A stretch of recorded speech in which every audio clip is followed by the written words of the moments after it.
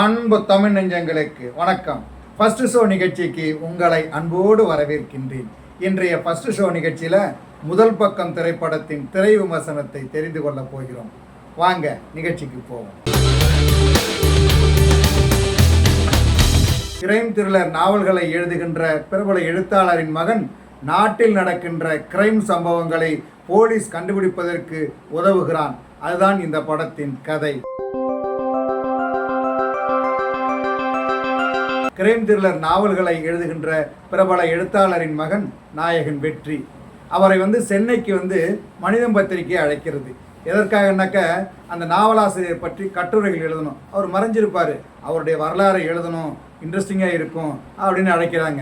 அவரும் சென்னைக்கு வர்றாரு. சென்னைக்கு தங்கும் வெற்றி ஆட்டோவில் வெளியே செல்லும் போது ரெடின் கிங்ஸ்லியால் போலீஸிடம் மாட்டிக்கொள்கிறார். விசாரணைக்காக போலீஸ் இன்ஸ்பெக்டர் தம்பிராமையா அழைச்சிட்டு போகும்போது வழியில ஒரு சம்பவத்தை பார்க்குறாங்க. அதாவது மனிதன் ஒரு பக்கம் கிடப்பான், பைக் ஒரு பக்கம் கிடக்கும். அவன் விபத்தில் இறந்து விட்டான் என்று தம்பிராமையா கருதுகிறார். இது ஆக்சிடென்ட் இல்லை, கொலைதான். அது எப்படி நடந்திருக்கும் அப்படிங்கிறத டீட்டெயிலாக சொல்றாரு வெற்றி. விசாரிக்கும் போது வெற்றி சொன்ன மாதிரியே கொலை நடந்திருக்கிறது. அதனால் வெற்றியை பாராட்டுகிறார் தம்பிராமையா. தம்பிராமையா இன்ஸ்பெக்டராக பணிகின்ற ஏரியாவில் ஒரு மர்ம மனிதன் ஆணையோ பெண்ணையோ கொலை செய்து தடயங்களே தெரியாத அளவுக்கு வீதியில எரிஞ்சிட்டு போயிடுறான். இந்த குற்றங்கள் எப்படி நடக்குது, அதை எப்படி கண்டுபிடிக்கணும் அப்படிங்கிறதுக்காக நிறைய முயற்சி செய்கிறார் தம்பிராமையா.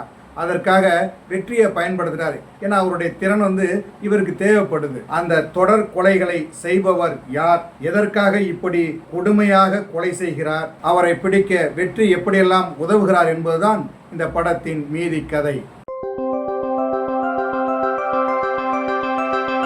கொலைகாரன் பின்னால ஓடக்கூடாது, கொலைக்கு பின்னால் ஓடணும் அப்படின்னு யூகித்து அறியக்கூடிய திறமை உள்ள ஒரு எழுத்தாளரின் மகனாக நடித்திருக்கிறார் வெற்றி. அவரது இயல்பான பேச்சு, சிந்திக்கும் போது காது மடல்களை தடவுவது, மற்றவர்களுடன் நெருக்கமாக பழகுவது என ஒரு தைரியமான இளைஞராக நடித்திருக்கிறார். தப்பு நடந்தா தட்டி கேட்கணும், அதை கண்டுக்காம போனா 1000 குற்றங்களை செய்ததுக்கு சமம் அப்படின்னு சொல்கின்ற கேரக்டர். அதை நிறைவாக செய்திருக்கிறார். கதாநாயகியாக தைரியமான பெண்ணாக நடித்திருக்கிறார் ஷில்பா மஞ்சுநாத். பத்திரிகையாளராக வெற்றி தனது தந்தையை பற்றி தரும் தகவல்களை தொகுத்து கட்டுரையாக எழுதுபவராக நடித்திருக்கிறார். இருவரும் நெருங்கி நடிக்கின்ற காட்சிகள் ரசிக்க முடிகிறது, கலகலப்பாக இருக்கிறது. வில்லனிடம் மாட்டிக்கொண்டு தப்பிக்க போராடுகின்ற காட்சியில் தனது நடிப்பு திறமையை வெளிப்படுத்தி இருக்கிறார் ஷில்பா. கதையின் இன்னொரு நாயகனாக நடித்திருக்கிறார் தம்பிராமையா.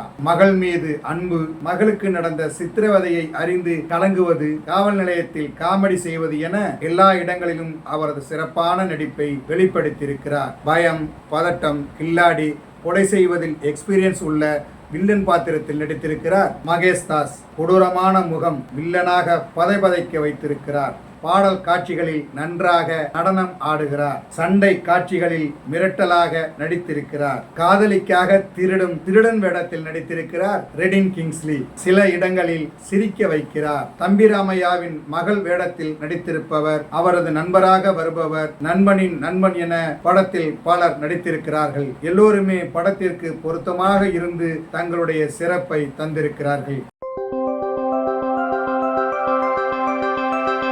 இந்த படத்திற்கு அரவிந்த் ஒளிப்பதிவு செய்திருக்கிறார். நகரின் இருண்ட பக்கங்களை திரையில் காட்டியிருக்கிறார். கதையோடு பயணிக்கின்ற ஒளிப்பதிவை தந்திருக்கிறார். இந்த படத்திற்கு ஏஜிஆர் இசையமைத்திருக்கிறார். பின்னணி இசையில் மிரட்டி இருக்கிறார். VS விஷால் படத்தொகுப்பு செய்திருக்கிறார். படம் விறுவிறுப்பாக செல்ல அவரது பணி சரியாக அமைந்திருக்கிறது. இந்த படத்தின் கதை எழுதி இயக்கியிருக்கிறார் அனீஸ் ஷெரீப். இவருக்கு இது முதல் படம். நகரில் நடக்கும் தொடர் கொலைகளும் அந்த கொலைகாரனை கண்டுபிடிக்க போலீஸும் அவருக்கு உதவும் இளைஞரையும் மையப்படுத்தி இந்த கதையை அமைத்து அதை பரபரப்பான காட்சிகள், விறுவிறுப்பான சம்பவங்கள் என படத்தை இயக்கி இருக்கிறார் அனீஸ் ஷெரீப். கொடூரமான மர்ம கொலைகள், அதற்கான பின்னணி என்ன என்று திரைக்கதை வேகமாக பயணிக்கிறது. உலகம் முழுக்க கிரைம் த்ரில்லர் படங்களுக்கு வரவேற்பு இருக்கிறது.